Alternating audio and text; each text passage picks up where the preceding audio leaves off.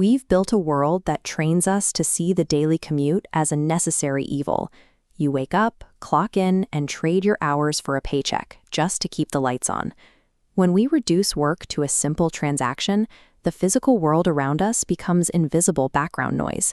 We stop seeing the actual people who pour concrete, wire the grids, and maintain the environments we rush through every day. Curious, look past that mundane facade, and you find an intricate web of human effort, holding our entire civilization together. Treating these tasks merely as survival jobs does real damage. It strips the dignity away from the very people who act as the load-bearing pillars of our communities. A recent educational text approaches this by posing a series of riddles, but they aren't child's play. They act as a stress test to identify exactly who keeps society standing.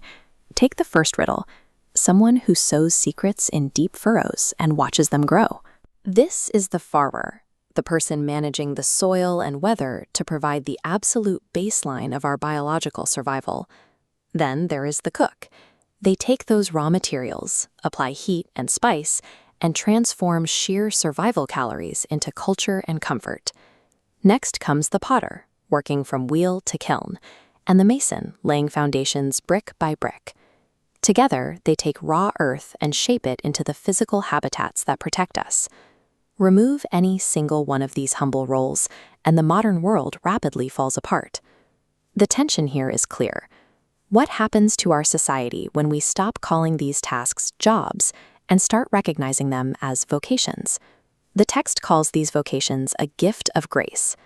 That term describes what happens when someone applies extreme, dedicated skill and care to a task others might dismiss as routine. Consider the carpenter. The poem notes they create out of wood with exact mathematical precision. It requires geometry and spatial logic to turn a raw plank into a weight-bearing structure. The same goes for the electrician.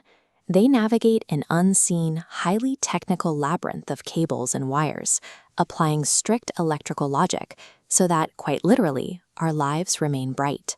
From the outside, this looks like dirty, purely physical exertion, but at the exact point of contact between a tool and a material, it is an intense process of cognitive problem-solving. Practical work is intellectual work. When we realize this, the traditional image of the laborer dissolves, and we see them for what they really are: critical innovators who deserve profound respect. There is a surprising emotional thread running through the entire poem. These workers aren't enduring their hours in silence. They are actively celebrating, humming, and singing while they toil. Look at the boatmen casting their nets from the shore. They face the grueling peril of the open sea, yet they return singing, bringing back tales of life on the water. The shoemakers draw from a deep well of pride. They affirm the quality of their craft because they know it is their exact work that enables human feet to walk, run, and dance securely. These individual moments of craftsmanship don't exist in isolation. The carved toys, the woven puppets, the decorative pots, they all weave together to form a rich, shared cultural tapestry. When true mastery is achieved and then offered back to the community, the labor transcends the physical exhaustion of the day. It becomes a deep source of personal joy. This brings us to the text's central conclusion. The voice of their vocation is the voice of their identity.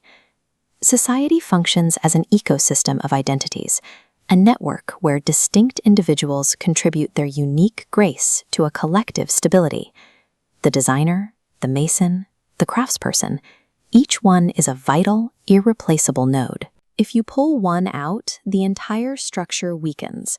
So the next time you walk down the street, look past the cold infrastructure. Listen closely, and you can hear the varied voices of Bharat celebrating their crafts in real time. Honoring the diverse vocations around us anchors our own daily efforts in a shared sense of dignity, grace, and identity.